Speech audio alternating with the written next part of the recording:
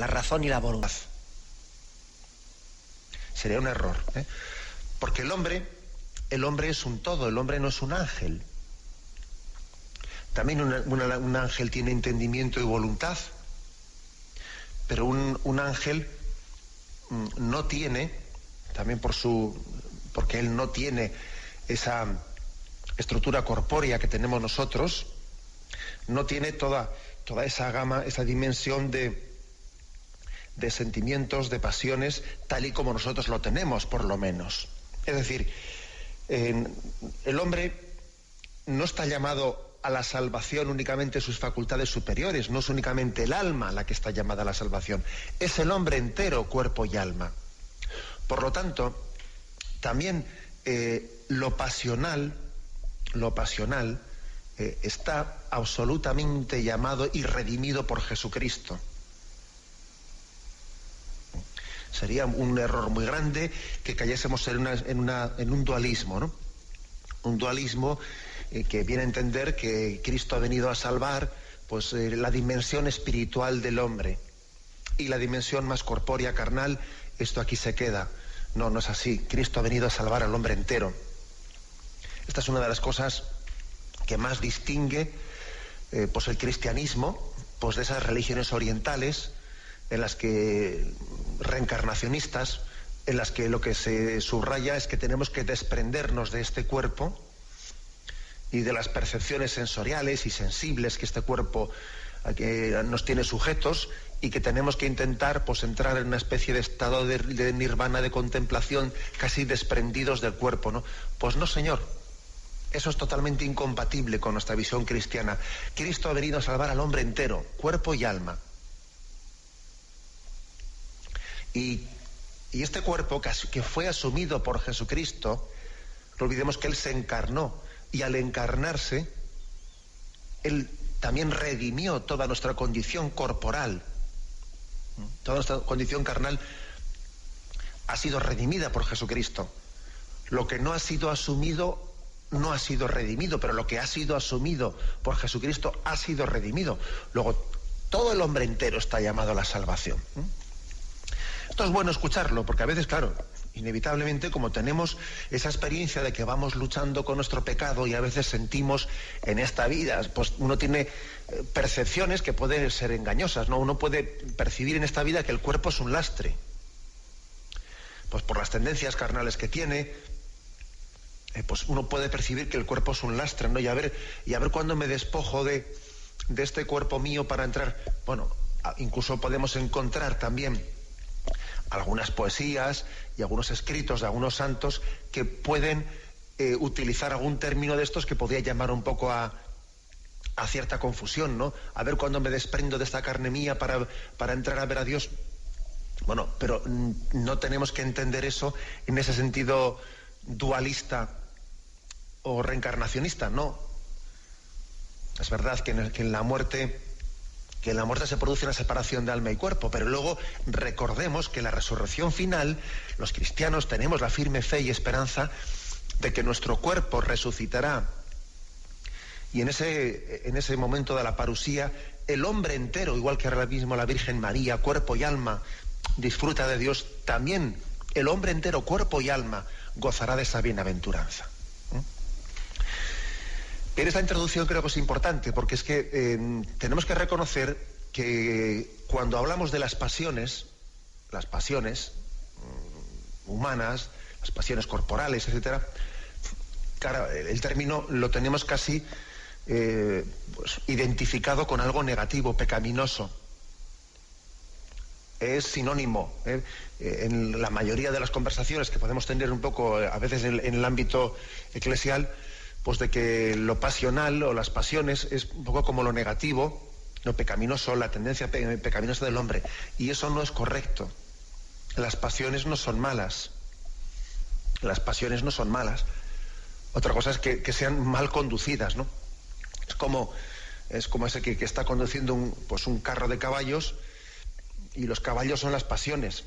Ahora, las pasiones pueden correr en una buena dirección, en una mala dirección, y es verdad que tienen que ser domadas, porque un caballo desbocado pues hace estragos, Pero un caballo lleno de energía y lleno de brío, conducido por alguien a quien es obediente y que le anima a correr y que le dice cuándo tiene que parar y tiene que disminuir la carrera y cuándo tiene que aumentarla, ese caballo es una maravilla, porque le da pues a su amo, le da una capacidad de conducirse con fuerza, con vigor, no de una manera anodina, ¿no? Sino le da la capacidad de no solo de vivir, sino de sentir la vida y de entregarse con pasión a ella. Aquí tienes una utilización correcta del término pasión. Entregarse con pasión a esta vida.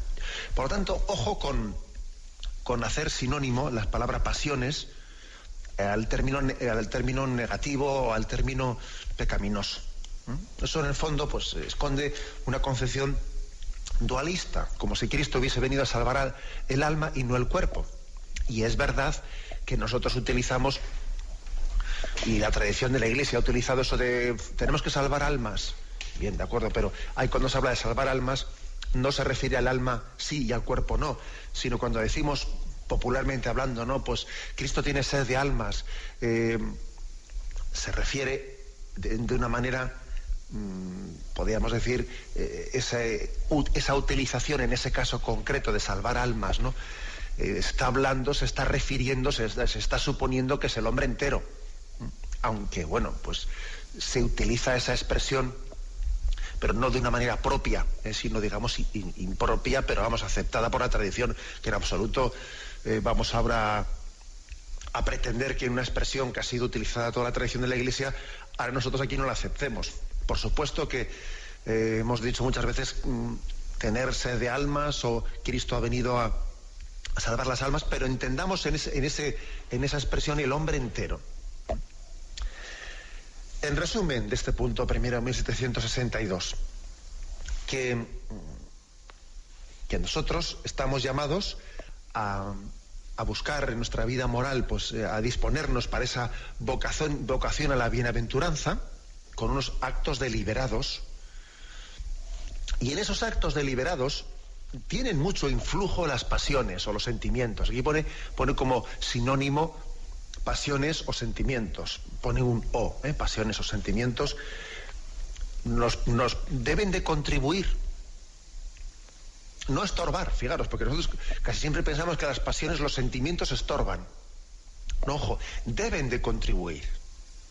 Están también llamados a ello, a ser redimidos por Cristo, y como he puesto ese ejemplo antes de ese carro que es conducido, ¿no? Que es, bueno, no es conducido por las pasiones, es conducido por el que lleva las riendas. Pero es verdad que es tirado. El carro es tirado por los caballos, pero no es conducido por los caballos, es conducido por quien lleva las riendas. Quizás el problema está en que a veces son los caballos los que conducen, no son los que tiran, sino los que conducen. Y eso está mal.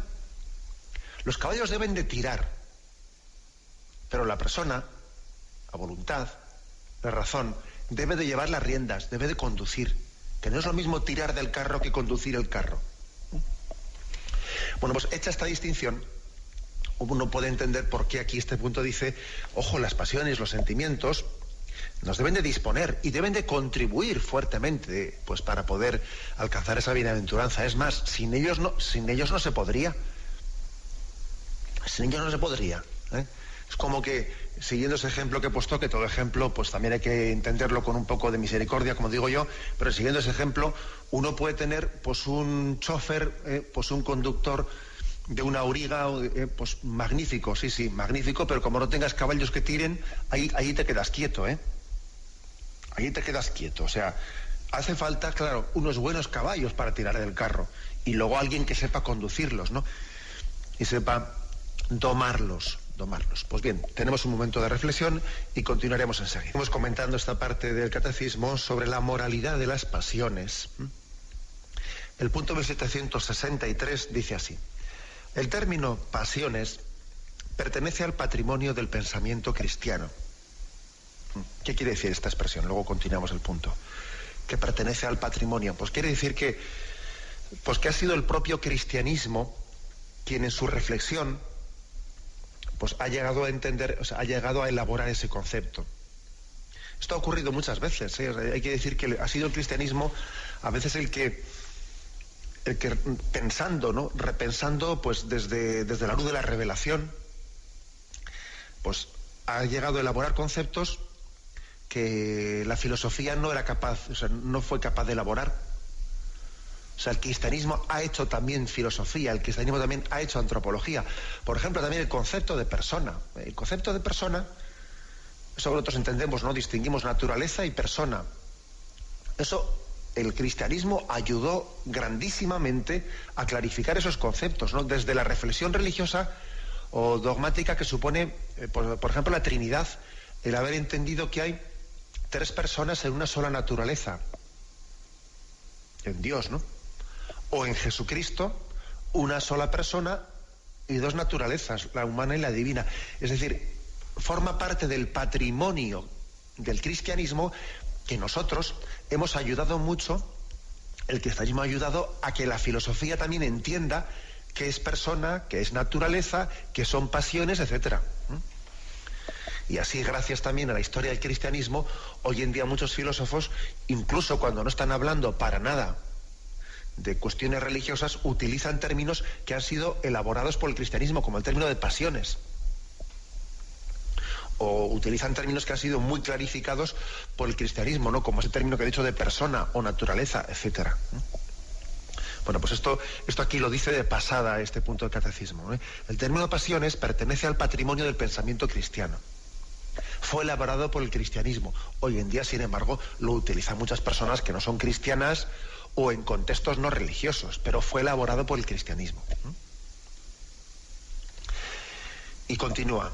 Los sentimientos o pasiones designan las emociones o impulsos de la sensibilidad que inclinan a obrar o a no obrar en razón de lo que es sentido o imaginado como bueno o como malo. Bueno, es decir, que no existe únicamente una razón y una voluntad, así, a ver si me explico yo un poco con términos sencillos, a palo seco. Como si hubiese pues una frontera que dice hasta aquí llega la voluntad y a partir de aquí ya no, está totalmente integrado, está totalmente fundido. El hombre es una unidad sustancial de cuerpo y alma. Entonces, aquí lo que viene a decir es que el ideal nuestro ideal, no es únicamente una voluntad seca, no, sino que es una voluntad que tenga afecto. Dice Santo Tomás de Aquino en la Suma Teológica que el ideal del cristiano es una caridad, una voluntad afectuosa. El afecto de la caridad, el afecto de la voluntad. Entonces supone que esa voluntad debe de tener pasión, debe de tener pasiones. Que luego, como he dicho, hay que distinguir dentro de las pasiones qué es lo positivo, sí, de acuerdo, pero la voluntad debe de ser afectuosa. Por eso, fijaros, aquí dice: los sentimientos o pasiones designan las emociones e impulsos de la sensibilidad que inclinan a obrar.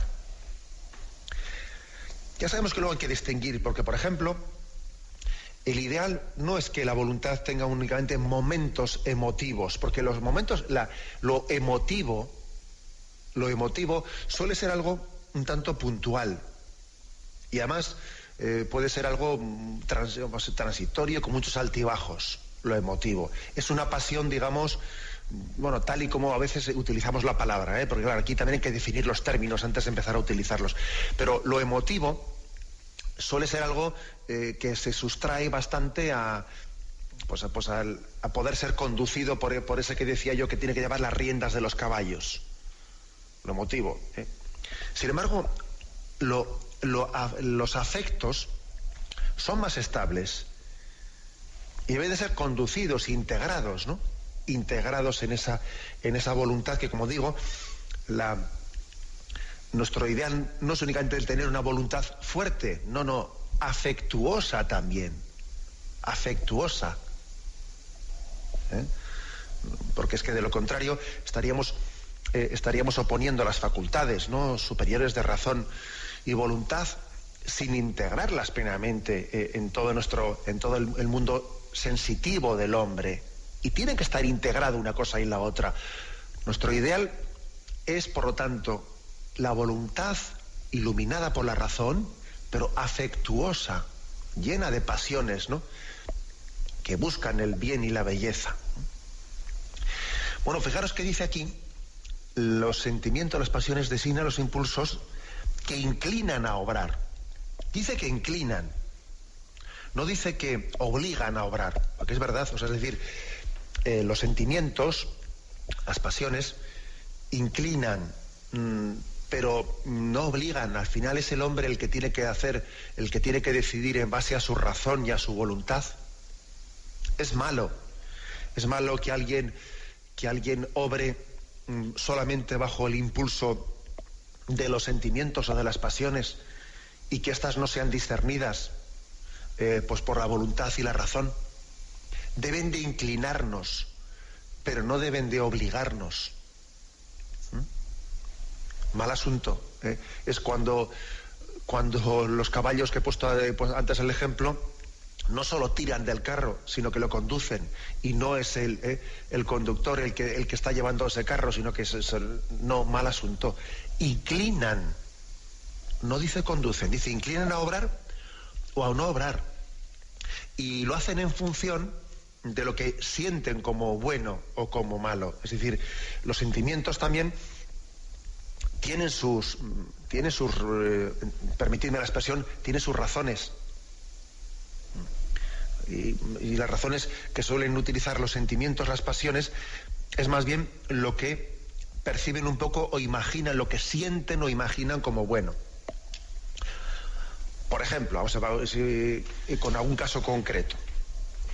Bueno, pues imaginaros que una persona, alguien se acerca y entonces yo tengo hacia él un cariño que me inclina, un afecto que me inclina a obrar y a hacer un favor concreto a esa persona.